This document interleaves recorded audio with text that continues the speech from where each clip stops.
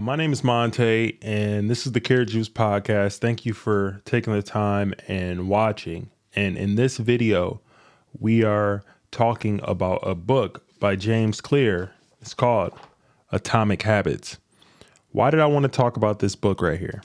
The reason why I wanted to talk about this book because I'm in the process of changing my habits, and I hope that I could help you in that journey. This is the second installment in this series. And we are talking about, in particular, how your habits shape your identity. And in this chapter, I'm going to just talk about what I found insightful because I'm using this as a way for me to be able to retain the information. And in the process, hopefully it could help you. Do me a favor. If you're just coming in, like the video, subscribe to the channel if you want more content like this. So I don't want to waste your time. So we're going to get right to it. So in this chapter, okay, James Clear, he talked about three things in particular, 3 ways that people build habits. Okay. What are they? The first of which there are 3 layers to habits. They're outcomes, process, and identity. And what he talked about in particular is that a lot of people, they get focused on the outcomes when it comes to trying to build habits and what you do in that area. And basically what he was saying is, if you only focus on the outcomes and the goal, you will fail. Because once you reach that goal or once you have accomplished it, you'll fall back into the old habits that you had because it really didn't change the inherent part of you. And what you ultimately want to get to when you are trying to get to become a better person, to have better habit formation is this.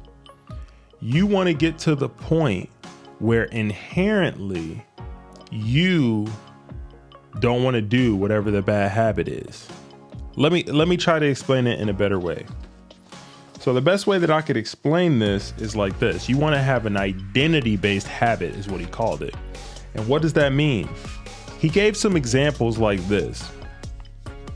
Somebody comes up to someone and they're trying to quit smoking and they offer them a cigarette. Okay. The first person, what they say is, no, thank you. I'm trying to quit smoking. Same scenario. The second person says, when they're offered a cigarette, no, thank you. I'm not a smoker. Which one do you think is the best way to handle that situation? The best way to handle that situation is the second option, and I'll tell you why. It's the second option because the second person identified as not being a smoker. And if you identify yourself as someone and it shapes your worldview, your perspective, you will stick with what you're trying to do or the habit that you're not trying to engage in because it is a part of you. It is a part of your worldview. That was one of the biggest takeaways that I learned from chapter 2. And I find it to be very interesting because I think in today's day and age, a lot of people are just kind of going through life, going through the motions, myself included. And it's not until I commit to something or it's not until I make it my mission to be like, this is not how I want to live anymore. This is what I want to do. And it becomes an inherent part of me that I actually get things done and I stick to the plan that I set out with. An example of that for me is fitness. I would say I've always been pretty athletic. I played sports in college. I still play basketball here and there. And after college, I really got into the gym. And I mean, I'm talking about I went to the gym 4 or 5 times a week, easy. And when I first started, it was difficult a bit. And sometimes I went when I didn't want to go. But I built up in my mind, my identity as being healthy and being a fit person. So it was like second nature to me to go to the gym after a while. And I did that and I kept that up for years. I've just now recently taken a break, but I'm going to get right back at it. And I think that's something that James Clear was on to here. And I think he was spot on with, you have to have your identity tied into the habit that you're trying to uphold or get rid of. So I ask you this, what is a habit that you have currently that you want to change? Do you want to get healthy? This is a way that you can implement this into your life. If you're somebody that's overweight, I mean, I know we all like to eat a couple of donuts here and there, some cookies. If you're somebody that's overweight, what you can do is you can do this. A way you can adhere to a diet is the next time somebody offers you something to eat that's something bad, or wants to go out to eat, and it's a place that only sells, greasy burgers and fries, you could tell them this: no thanks, I'm living a healthy lifestyle.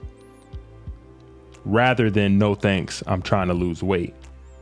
It seems like a little thing right in the moment, but it actually is the difference from you making big progress and getting to and above your goals. So that's what I learned from chapter number 2. And I really am digging this book. It's really helped me to put a lot of things in perspective. I'm doing a lot of things in the studio, as well as you guys can see. I don't know if you could tell, but this is an entirely different lens that I'm speaking to you guys with right now. Let me know, how does it look? And I got some really big things coming here on the channel. I appreciate you guys for rocking with me. I appreciate you for listening. And hey, if you enjoyed this content, go ahead and do me a favor. Like the video, as it helps for the YouTube algorithm. Subscribe to the channel to get more content like this. And if this is your first time watching, here on the Karat Juice podcast, I provide commentary and perspective on popular culture. I talk about dating. I talk about true crime as well. And I also add in segments like this, which is about productivity. So you can hopefully take something from this. I'm going to continue doing this because this is going to help me retain the information from this great book. And if you want to pick this book up, I have an Amazon affiliate link that I do get a commission on it. Disclaimer, that you can pick this book up for yourself. I highly recommend it.